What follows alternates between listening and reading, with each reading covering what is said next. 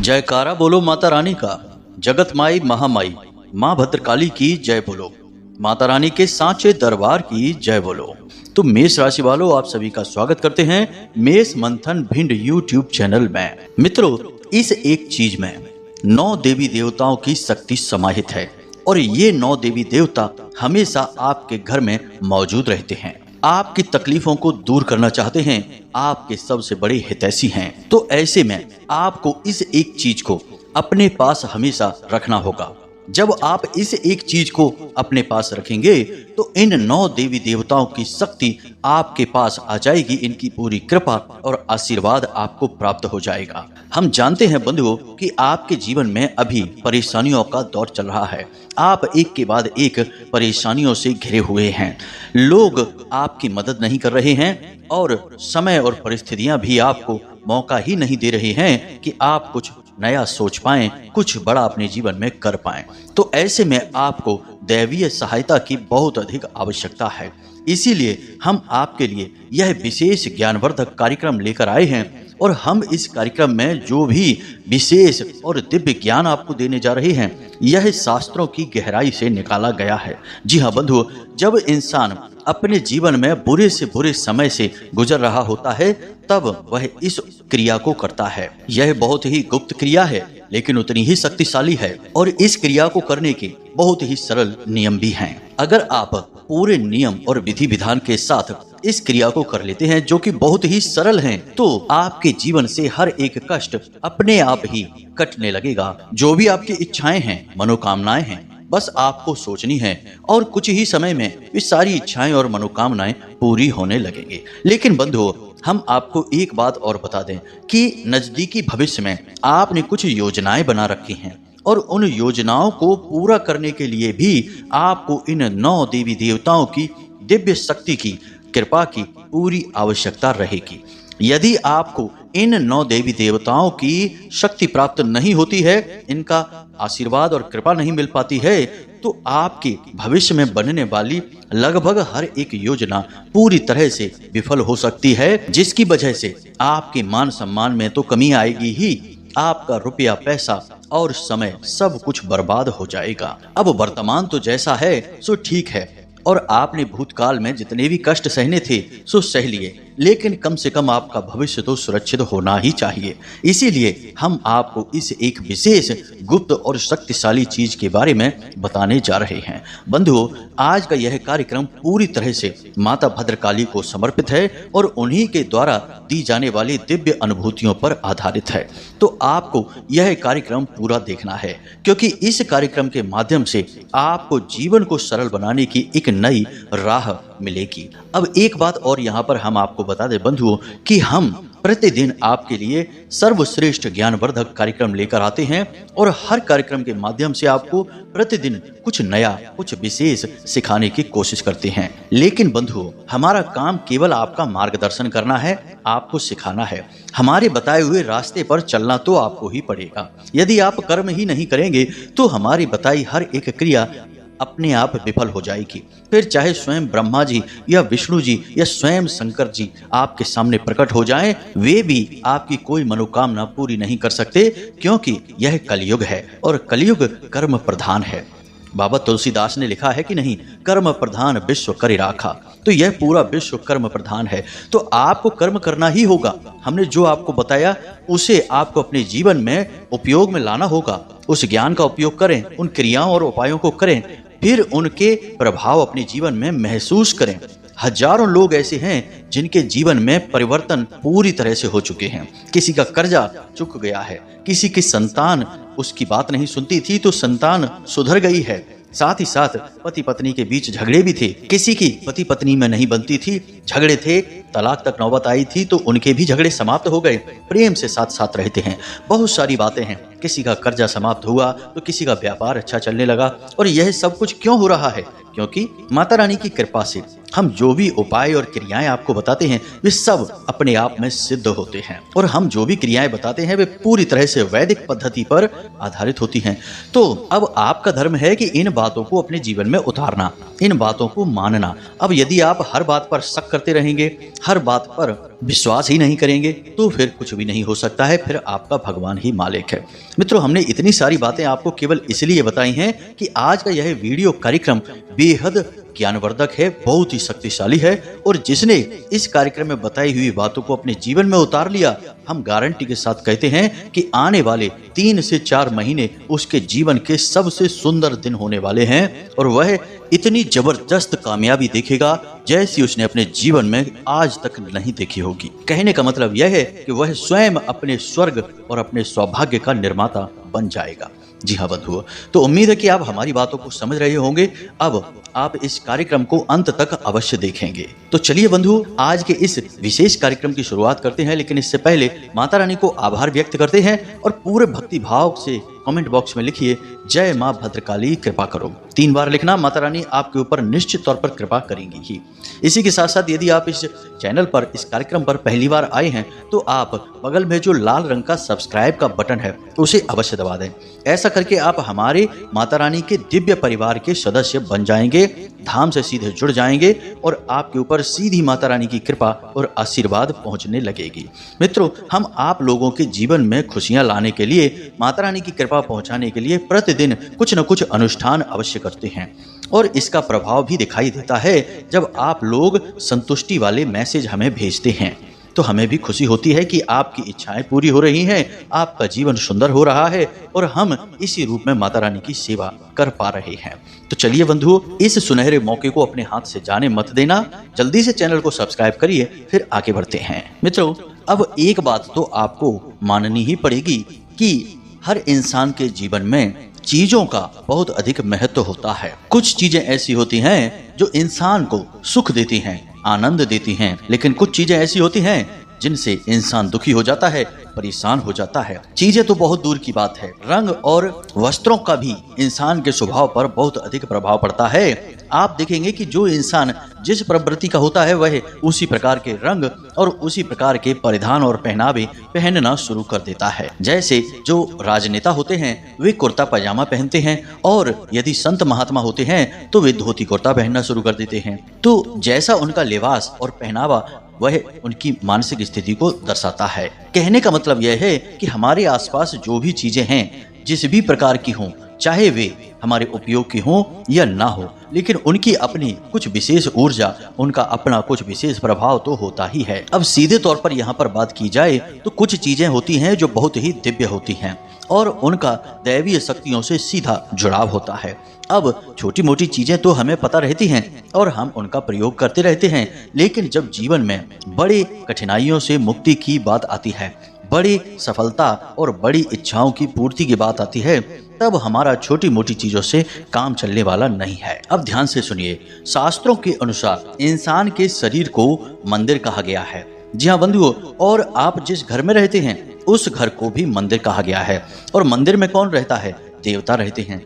तो शास्त्रों के अनुसार इंसान के शरीर में कई प्रकार के देवताओं का वास माना जाता है, जैसे आंखों में सूर्य और चंद्रमा का, कान में दिशाओं का, नाक में अश्विनी कुमार का, पैर में उपेंद्र का, और नाभि में भगवान श्री हरि विष्णु और माता लक्ष्मी का, और हृदय में भगवान भोलेनाथ और माता पार्वती का वास माना जाता है। ठीक इसी प्रकार आपके घर में भी लगभग 45 प्रकार के देवी देवताओं का वास माना जाता है। जैसे आपके रसोई घर में माता अन्नपूर्णा और भगवान धनवंतरी, साथ ही साथ पितृ देवता का, आपके घर के दरवाजे पर आपकी कुल देवी का, इसी के साथ साथ आपके पूजा घर में तमाम देवी देवता और आपके आराध्य देव का, आपके घर के आंगन में भगवान ब्रह्मा का, और आपके घर के ईशान कोण में भगवान भोलेनाथ का निवास स्थान माना जाता है। उत्तरी दिशा में कुबेर देवता का निवास माना जाता है। इस प्रकार लगभग 45 देवी देवताओं का वास आपके घर में होता है। अब इनमें से 9 मुख्य देवता होते हैं जो आपके जीवन में सुख समृद्धि के कारक होते हैं। अगर इन देवी देवताओं की कृपा आप तक नहीं पहुंच पाती है तो आपके जीवन में कष्ट की शुरुआत हो जाती है। अब इन 9 देवताओं में मुख्य तौर पर माता लक्ष्मी और कुबेर देवता, साथ ही साथ भगवान भोलेनाथ और देवगुरु बृहस्पति, शुक्र देवता, सूर्य, चंद्रमा और राहु देवता भी शामिल हैं। अब ये ऐसे देवता हैं जो इंसान के रोजमर्रा के कार्यों को प्रभावित करते हैं और इंसान के प्रतिदिन के लाभ और हानि, दुख, तकलीफ और चिंताओं को नियंत्रित करते हैं। लेकिन किसी न किसी प्रकार की नकारात्मक ऊर्जाओं के चलते इन देवी देवताओं का प्रभाव आपके जीवन में कम होने लगता है, जिसकी वजह से आपके हर बनते हुए काम में रुकावटें आने लगती हैं। हर तरह का कार्य आपका बाधित होता है। आप जो भी योजनाएं बनाते हैं वो असफल होने लगती हैं। आपके घर में कलह, क्लेश और विवाद बढ़ने लगता है। साथ ही साथ आप कर्जे में दबने लगते हैं। आमदनी तो आपकी रुकने लगती ही है। एक बात याद रखना कि जितने भी देवी देवता होते हैं उनकी ऊर्जा शुद्ध सकारात्मक ऊर्जा होती है, लेकिन ठीक इनके विपरीत नकारात्मक ऊर्जा भी होती है, जिन्हें हम भूत प्रेत और पिशाचों की ऊर्जा कह सकते हैं। अब यदि आपके कर्म सकारात्मक हैं तो देवी देवताओं की कृपा आपके ऊपर बढ़ती चली जाती है और बनी रहती है। लेकिन यदि आप जाने अनजाने में कुछ गलतियां करते हैं और नकारात्मक कार्यों में लिप्त होने लगते हैं तो आपके जीवन में देवी देवताओं की कृपा और आशीर्वाद कम होने लगता है और नकारात्मक ऊर्जाएं हावी होने लगती हैं। अब यहाँ पर आप यह बात मत समझ लेना कि यह देवी देवताओं का और राक्षसों का, भूत प्रेतों का युद्ध है और देवी देवता हार गए। यहाँ पर कोई हार या जीत की बात ही नहीं है। यह तो आपके अपने कर्म निर्धारित कर रहे हैं कि आप किसे अपने घर और अपने जीवन में जगह दे रहे हैं। यदि आप नकारात्मक कार्य करेंगे, यानी कि जुआ, शराब, वेश्यावृत्ति और तमाम तरह की गलत कार्य जैसे मांसाहार है, क्रोध है, लोभ है और ब्याज का धन खाते हैं या फिर दूसरों को सताते हैं, किसी के हिस्से को दबा लेते हैं, तो ऐसे कार्यों में यदि आप लिप्त रहते हैं, आपकी वजह से कोई दुखी हो जाता है, उसके आंसू निकल आते हैं, वह परेशान हो जाता है, तो इस स्थिति में देवता आपका कुछ भी नहीं कर पाएंगे, ना आपके साथ रह पाएंगे, फिर तो भूत प्रेत ही आपका साथ दे पाएंगे। याद रखना कि जिस प्रकार आप हर वक्त दैवीय शक्तियों से घिरे रहते हैं, ठीक उसी प्रकार आप तमाम तरीके के भूत प्रेत और निशाचरों से भी हर वक्त घिरे रहते हैं। अब बस आपके कार्य इस बात को निर्धारित करते हैं कि कौन आपके जीवन में प्रवेश करेगा और किसका प्रभाव आपके जीवन में सबसे अधिक रहेगा। उम्मीद है आप हमारी बातों को यहाँ तक अच्छी तरह से समझ पाए हैं। तो अब इन बातों के आधार पर यह पता चलता है कि यदि हम शुद्ध सात्विक जीवन जीते हैं, सत्य के मार्ग पर चलते हैं, भले ही थोड़ा बहुत हमें कष्ट हो, लेकिन हम हमेशा सत्य बोलें और किसी को किसी भी प्रकार से कष्ट ना पहुंचाएं, किसी को भी तकलीफ ना दें, तो हमारे जीवन में देवी देवताओं की कृपा आकर्षित होने लगती है और भूत प्रेत और उनकी नकारात्मक ऊर्जाएं हमारे घर से और जीवन से दूर भागने लगती हैं। तो अब ध्यान से सुनिए, हम आपको उस एक चीज के बारे में बताने जा रहे हैं, लेकिन उससे पहले आपको अपनी शुद्धता और अपने घर की शुद्धता करना बहुत अधिक आवश्यक रहेगा, क्योंकि यदि कहीं भी थोड़ी बहुत भी नकारात्मकता रहेगी तो दिव्य शक्तियां आपका साथ नहीं देंगी और हो सकता है कि इस एक चीज का प्रभाव आपके ऊपर बहुत ही कम हो जाए। जी हाँ बंधुओं, तो इसके लिए सबसे पहले आपको स्वयं को शुद्ध करना होगा, हर प्रकार की नकारात्मकता को दूर भगाना होगा और यह कार्य करने के लिए आप जब स्नान करने चलें तो उस पानी में थोड़ा सा समुद्री नमक मिला लें और थोड़ी सी एक चुटकी भर हल्दी भी मिला लें। ऐसा करने से आपका बृहस्पति मजबूत हो जाएगा और माता लक्ष्मी की विशेष कृपा भी आपको प्राप्त होगी। नमक के यहाँ पर दो कार्य हैं, एक तो नकारात्मक शक्तियों को दूर भगाने का कार्य, दूसरा नमक माता लक्ष्मी का भी प्रतीक है। ठीक इसी प्रकार हल्दी बृहस्पति का और स्वयं माता लक्ष्मी का प्रतीक है। तो आपके ऊपर दो देवी देवताओं की कृपा भी आएगी, साथ ही साथ नकारात्मक ऊर्जा भी आपके ऊपर से दूर हटने लगेगी। इसी प्रकार आप जो भी वस्त्र पहनते हैं, उन वस्त्रों को धोते समय भी पानी में थोड़ा सा नमक अवश्य मिलाते चलें।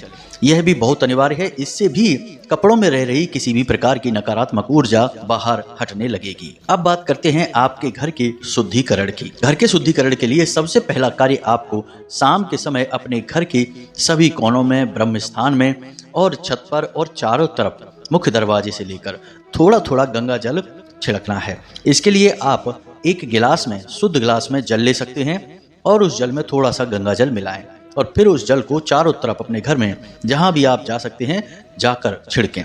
इससे पूरा घर शुद्ध होगा। साथ ही साथ अपने घर के मुख्य दरवाजे पर यानी दहलीज से थोड़ा सा बाहर थोड़ा सा कपूर रखें, एक कटोरी में रख सकते हैं और उस कपूर के ऊपर लौंग का एक जोड़ा रख दें और उस कपूर को जला दें।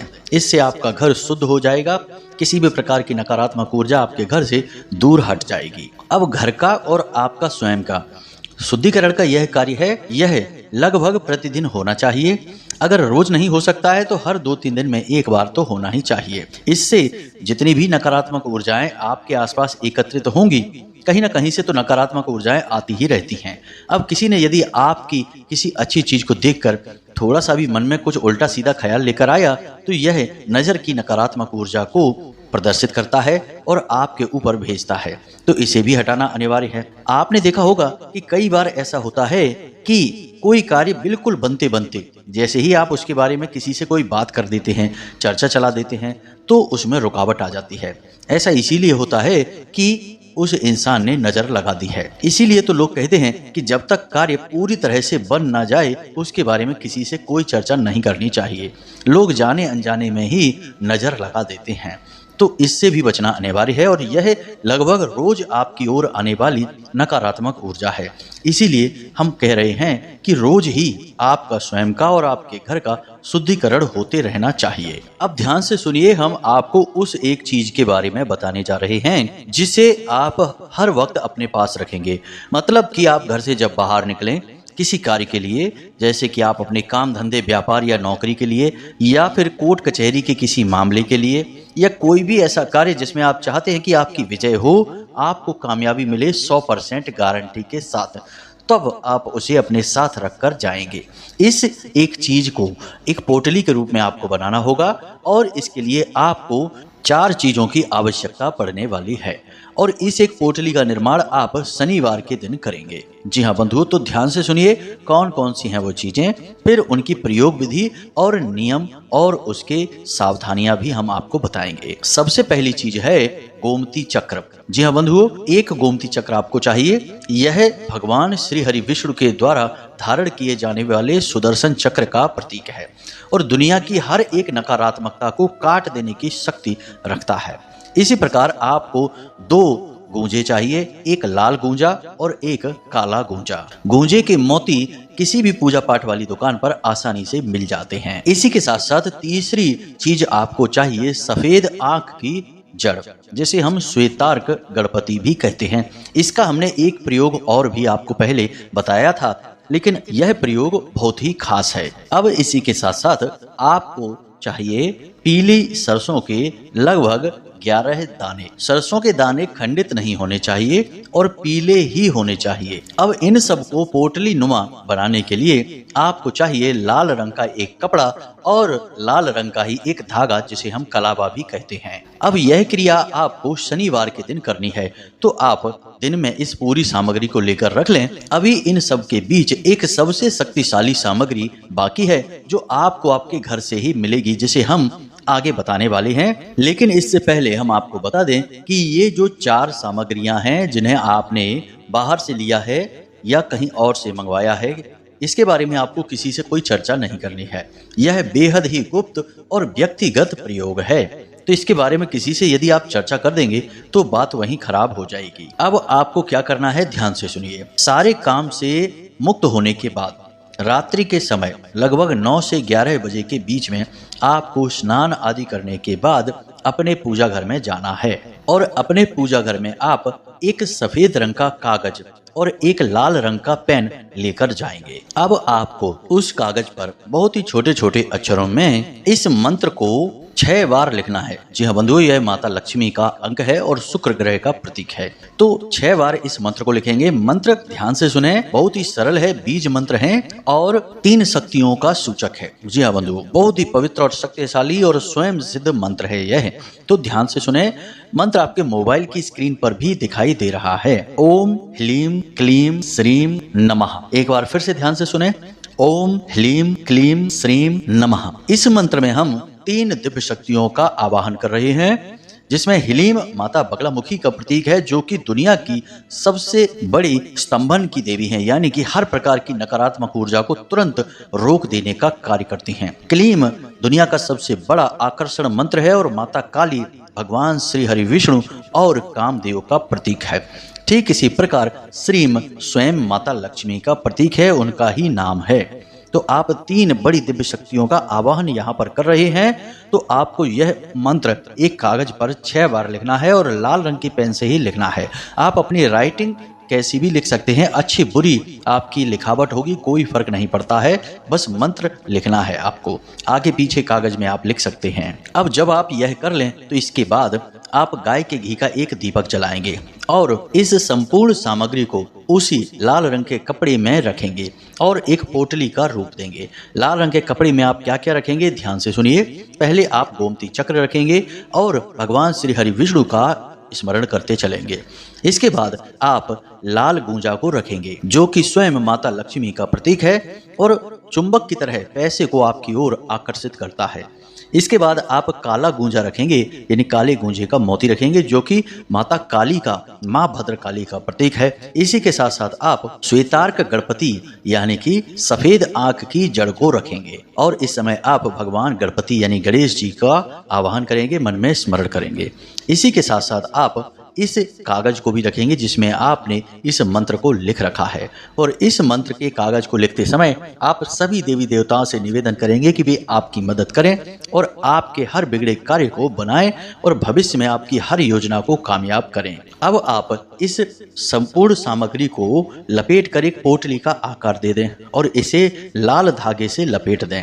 लपेटते समय भी याद रखें कि 6 बार ही लपेटें, इससे ज्यादा नहीं, और कोई गांठ ना लगाएं। अब इसके बाद आप इसे माता भद्रकाली या माता लक्ष्मी या माँ बगलामुखी, आपके पूजा घर में देवी का जो भी स्वरूप विद्यमान है, उनके चरणों में इसे रख दें और मन ही मन प्रार्थना करें कि हे देवी, आप हमारी इस प्रयोग को कामयाब बनाएं, हमारी मदद करें, दुख तकलीफों को दूर करें और मनोकामनाओं को पूरी करें। इस तरह आप आवाहन करेंगे। कोई विशेष मंत्र नहीं उच्चारण करने हैं, कोई पूजा पाठ का विधान नहीं है, बस दीपक जलेगा तब तक आप वहीं बैठे रहें और माता से इस प्रकार आवाहन करते रहें, निवेदन करते रहें कि आप बहुत तकलीफों में हैं, परेशानियों में हैं और आपको अब देवी देवताओं की मदद की बहुत आवश्यकता है। इस प्रकार अपने मन के जो भी विचार हैं, जो भी इच्छाएं हैं, मनोकामनाएं हैं, उन्हें भगवान के सामने बताते रहें। अब कुछ समय वहां पर बिताने के बाद आप इस सामग्री को माता रानी के चरणों में रखी छोड़ दें और वहां से उठकर वापस चले आएं। अब रात भर के लिए यह सामग्री आप वहीं पूजा घर में रखी छोड़ेंगे और अगले दिन जब आप किसी कार्य के लिए बाहर निकलें, काम धंधे व्यापार के लिए निकलें, स्नान आदि करके निकलेंगे और पवित्रता के साथ पूजा घर में जाकर माता रानी से प्रार्थना करते हुए कि हे माते, हम आपकी कृपा और आशीर्वाद को यहाँ से ले जा रहे हैं अपने साथ और उम्मीद करते हैं कि आप हमारी हर कार्य में मदद करेंगी और हमें हर मुसीबत से भी बचाएंगी। इस प्रकार माता रानी से प्रार्थना करते हुए पूरे भक्ति भाव के साथ उस पोटली को उठाएं और आप अपने पर्स में रख लें। यदि पर्स में जगह नहीं है तो अपनी शर्ट की जेब में रख लें और यदि शर्ट की जेब में भी नहीं रख सकते हैं तो एक सफेद रंग के साफ सुथरे रूमाल में इस पोटली को लपेटकर अपने पैंट की जेब में दाहिनी तरफ रख लें। याद रहे कि इस पोटली को आपको बाहर नहीं निकालना है, किसी को दिखाना नहीं है, हर वक्त इसे अपने साथ रखना है और मन में यह भाव रखना है कि अब संपूर्ण दिव्य शक्तियां आपके साथ हैं और माता रानी आपकी मदद करने के लिए हर वक्त तैयार हैं। जब भी आपको दिन में कमजोरी का एहसास हो, यानी आपको डर लगे, आपको ऐसा लगे कि आप परेशानी में हैं, आपको घाटा हो रहा है, कोई आपको फंसा सकता है, जैसे कि दिन में उतार चढ़ाव के समय होते ही हैं, मनोबल आपका कमजोर पड़े, तो आप धीरे से हाथ उस पोटली के ऊपर रख लें और माता रानी से निवेदन करें। निश्चित तौर पर आपको तुरंत ऊर्जा का एहसास होगा। आपको ऐसा लगेगा जैसे आपके मनोबल में, आपके शरीर में तुरंत ऊर्जा दौड़ गई है। यह माता रानी की सिद्ध प्रक्रिया है, एक बड़ी शक्तिशाली क्रिया है। इसका प्रयोग करके बहुत सारे लोगों ने अपने जीवन को बदला है, आपका भी जीवन बदलेगा। आप बस इस प्रयोग को पूरे भक्ति भाव के साथ कर सकते हैं।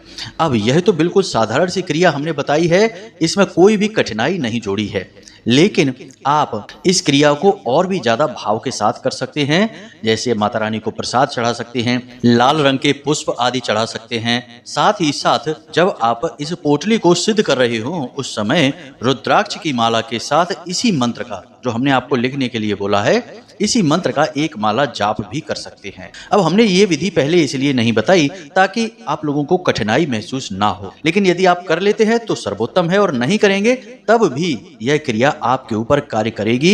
यह माता रानी की सिद्ध पोटली है, यह अपना काम तो करेगी ही। तो अब उम्मीद है कि जो बातें हमने आपको बताई हैं वे आपको अच्छी तरह से समझ में आ गई हैं। अब यदि इन बातों से जुड़ा हुआ कोई प्रश्न है आपके मन में तो आप हमें कमेंट करके पूछ सकते हैं या डिस्क्रिप्शन में दिए गए व्हाट्सएप नंबर पर मैसेज करके भी पूछ सकते हैं। इसी के साथ साथ आज के इस वीडियो को विराम देते हैं। हमेशा हंसते रहिए, मुस्कुराते रहिए, सकारात्मक रहिए, माता रानी पर अपनी पूरी आस्था और विश्वास बनाए रखिए और दिन में एक बार मंदिर अवश्य जाइए, क्योंकि आपका उद्धार वहीं से होना है। तो प्रेम से बोलिए जय माई की जय, मां भद्रकाली। माता रानी आपका कल्याण करेंगी। धन्यवाद।